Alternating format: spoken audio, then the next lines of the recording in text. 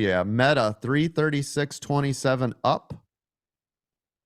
335.27 down. 485.75 Nvidia up. 483 down. Mara, let's see. 1704 up. 1638 down. I know this is a big range. That's because we had a lot of movement. Soxel, the new one today. Soxel right here. 28.75, which is around the 78. 28.75 up. 28.39 down. Microsoft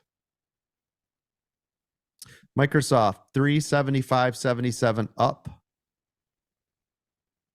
374.13 down. The Qs I want to see above 406 or below. Yeah, we're just going to go here. Or below 405. Last one, AMD. Don't forget, digital thank you cards are available. You guys are awesome. AMD 193.28 up. 138.18 down. That's all of them. With Soxel and the Qs being attached to other stocks, how does that pre-market spread play? How do you read that? Just using how much it moves typically in a day.